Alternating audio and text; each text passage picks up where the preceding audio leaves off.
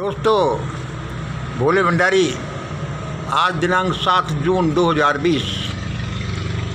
आज का हमारा विषय भारत माता के बड़े बेटों, पहले इस आवाज़ को तुम सुनो। भारत माता के बड़े पुत्र और पुत्रियों, पहले इस आवाज़ को तुम सुनो। मैं जैसे ही मेरे ऑफिस में आया, मैं कुछ और सब्जेक्ट तैयार करके लाया था कि आज इस बारे में बोलूँगा, आज इस बारे में बोलूँगा। लेकिन आते ही मुझे मेरे कानों में कोई फुसफुसाहट करने लगा कि अरे अरे नहीं, आज तो तुम इस विषय पर बोलो। मैंने कि भाई खूब है। मैंने कहा भाई ये आवाज़ कहाँ से आ रही है। कभी मैं अपने षड्यंत्र की तरफ देखता कि ये मेरा षड्यंत्र तो नहीं बोल रहा। कभी मैं इस मेरे ऑफिस के किसी कोने में देखता, कभी सोचता भगवान बोल रहे हैं, कभी सोचता कोई देवी बोल रही है, कभी मैं सोचता कोई एलियन की आवाज़ तो नहीं है, कभी सोचता अंतरिक्ष में विचरण करते कोई साधु महात्मा की आवाज़ तो नहीं है।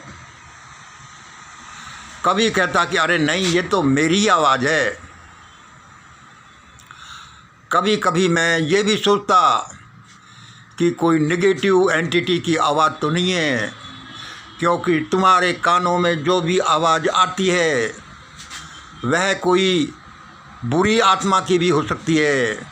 मैंने उस महान राइटर पुरुष की किताबें पढ़ी थी, मैं नाम ही भूल रहा हूँ, दक्षिण में जो हैं। उन्होंने ऐसा बताया कि आपके दिमाग में कोई विचार नेगेटिव एंटिटी द्वारा भी डाला जा सकता है, होशियार रहें। इसलिए कोई मेरे दिमाग में विचार आता है तो सिर्फ वो विचार आने से ही मैं नहीं मान लेता।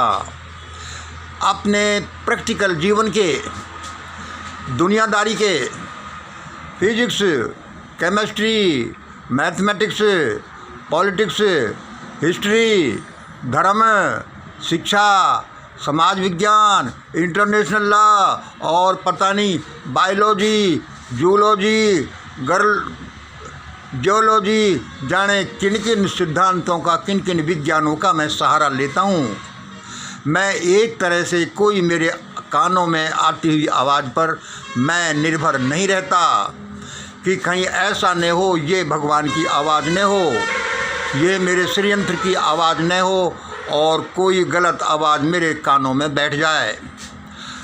उसने ये कहा, मेरे भी जची। मैंने कि ले चलो आज इसी पर थोड़ा सा बोल देते हैं कि भारत माता के बड़े बेटों, पहले इस आवाज़ को सुन लो। अब भाई बड़े बेटे कौन हैं? अब भारत माता है तो उसके बड़े बेटे ही होंगे जो पहले पैदा हुआ, या तो पहले पैदा हुआ उम्र में बड़े हैं, या जिन्होंने लाभ ज़्यादा उठाया है शिक्षा में, धन में, काम में, सोने चांदी में या जिसमें भी। अब भाई तुम कहोगे कि हम बड़े बेटे ही क्यों आवाज़ को सुने, छोटे बेटे क्यों नहीं सुने? छोटे बेटे भी सुनेंगे। अब भाई सबसे ज़्यादा फ़ायदा बड़े बेटों ने उठाया, इसलिए उस परिवार में सबसे बड़े बेटे ही सबसे पहले सुनेंगे इस आवाज़ को, इस परिवार को।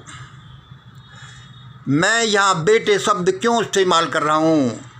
क्योंकि इसको एक परिवार रहने दो, इसमें बेटे बेटियाँ रहने दो और इसमें ऐसा ही व्यवहार करो कि जैसे भारत परिवार में हम सब, कोई छोटा कोई बड़ा, बेटे बेटियां रह रहे हैं। यदि तुमने परिवार के नियमों को तोड़ा तो यहाँ शासक और शासित के नियम चलेंगे। यहाँ जिसकी लाठी जिसकी भैंस चलेगी, यहाँ पर दूसरे नियम चलेंगे। यहाँ पर मूल निवासी और नॉन मूल निवासी चलेंगे, जिसको हम नहीं चाहते कि वो चलें। इसलिए भारत के सब बेटे बेटियां हैं, बड़े बेटों का ये कर्तव्य हो जाता है कि वे कुछ बड़ा काम करें, अपने छोटे भाइयों के लिए करें। हम ये देखें कि बड़े बेटों ने क्या अपना फ़र्ज़ सही निभाया है। यदि नहीं निभाया तो उसमें हम मॉडिफाई रेक्टिफाई कर सकते हैं कि यह करना चाहिए। क्यों कि समय के अनुसार सब चीज़ें बदलती हैं। कल को जैसा हो रहा था वो ज़रूरी नहीं कि आज ही भी ऐसा हो। सबसे पहले तुम बड़े बेटों को यह आवाज़ क्यों सुनने को बताई जा रही है, उसके कई फ़ायदे हैं। बड़े बेटों के पास ताकत ज़्यादा है, उनकी तरफ आकर्षण ज़्यादा है, और यदि बड़े बेटों ने ये आवाज़ सुन ली तो बीच वाले बेटे बेटियां और छोटे बेटे बेटियां तो अवश्य ही सुनेंगे। इसलिए बहुत सोच समझ करके यह कहा जा रहा है। आप कहोगे कि भाई नहीं सुनेंगे हम तो क्या हो जाएगा, हमारा तुम क्या कर लोगे। भाई साहब, मैं तो किसी का कुछ नहीं करने वाला। मेरे को जो मैसेज मिला है मैं तो दे देता हूँ, यह मेरा पता नहीं काम है क्या। लेकिन ये याद रखो, यह याद रखो कि भारत में जो लड़ाई है, भारत में जो टसल है, वह लड़ाई वह टसल एक चीते और हिरण के बीच की लड़ाई नहीं है। ये पहले ऐसी थी, ये आज ऐसी नहीं है। यह लड़ाई आदमी और आदमी के बीच की है। इसलिए भारत माता के बड़े बेटों, बड़े सपूतों, तुम सपूत बन जाओ और सुन लो मैं क्या कहने की कोशिश कर रहा हूँ। आप कहोगे कि हम तो ऐसा नहीं करते, हमने ऐसा कुछ नहीं किया। तो सुनो, ये तय है, ये लिख लो कि आप लोगों ने किया या नहीं किया। आने वाले भविष्य में आप लोगों को बड़ी हानि उठानी पड़ रही है। आपको लूटा पाटा जाएगा, आपकी पिटाई होगी, आपकी बेइज्जती होगी। यहाँ मेरी समस्या यह है कि परमात्मा ने मुझे कुछ काम दिया है, इसलिए मैं जिसका जो काम है मैं उसको भी थोड़ा बहुत बता दूँ। दुनिया में बेइज्जती होती रहती है, लूटपाट होती रहती है, नफ़ा नुकसान होता रहता है, लेकिन वह ज़्यादा नहीं हो, वह इतनी नहीं हो कि वह बेइज्जती बहन बेटियों की बेइज्जती तक पहुंच जाए। कहीं ऐसा नहीं हो कि इस लूटपाट तो हो जो हो, यह लूटपाट किसी नरसंहार में नहीं बदल जाए। इसलिए जो मुझे आदेश हुआ है मैं आपको बता रहा हूँ कि भारत माता के बड़े बेटे बेटियों, पहले आप इस आवाज़ को सुन लो। भूतकाल में जो हुआ उस सब को भूल जाओ, अपनी आदतों को बदल लो, अपनी विचारधारा को बदल लो, और भी जो ज़रूरत है उसको आप अपना लीजिए। आप कहोगे कि अरे भाई ठीक है, हमने तुम्हारी आवाज़ सुन तो ली, पर ये बताओ हमारा क्या दोष है, हमने तो कोई बुरा नहीं किया। लेकिन हो सकता है आपके माता पिता ने कुछ किया हो, या उनके माता पिता ने कुछ किया हो, या फोर फादर्स ने कुछ किया हो, अपने छोटे भाइयों को लूटा हो, उनको शिक्षा विहीन, धन विहीन, रोजगार विहीन किया हो, करके उनको अपाहिज बना दिया हो, और वह पैसा जो चीत्कार भरा पैसा ही आपके पास आया हो। इसलिए मैं कहता हूँ आप लोगों को बिल्कुल इस चीज़ की ज़रूरत है। आज भारत के मैटर को, भारत के इस मसले को एक परिवार का मसला रहने दो। यदि तुमने इसको युद्ध का मसला बनाया, इसको यदि तुमने शासक और शासित का मसला बनाया, तो भयानक भयानक इस देश में होगा। पहले मेरी आप ये सुन लीजिए, फिर मैं भूल नहीं जाऊं कि अंत में हार तुम्हारी ही क्यों होगी। क्योंकि भारत कुछ सिद्धांतों से ग्रसित रहा है और इन सिद्धांतों में बड़ा पाप कर्म रहा है।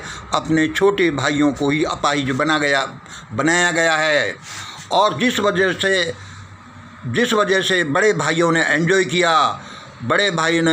किया, उसमें उम्र का हिसाब है। हो सकता है बड़े भाई अब बूढ़े हो गए हों और छोटे छोटे भाई अब जवान हो गए हों।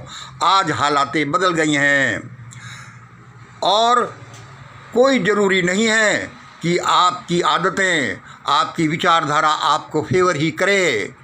आपकी विचारधारा हो सकती है कि एक फावड़ा, या आपकी आदत है ऐसी हो सकती है कि आप एक लाठी या एक फावड़ा नहीं चलाए जिसको कि छोटे भाई चला सकते हों।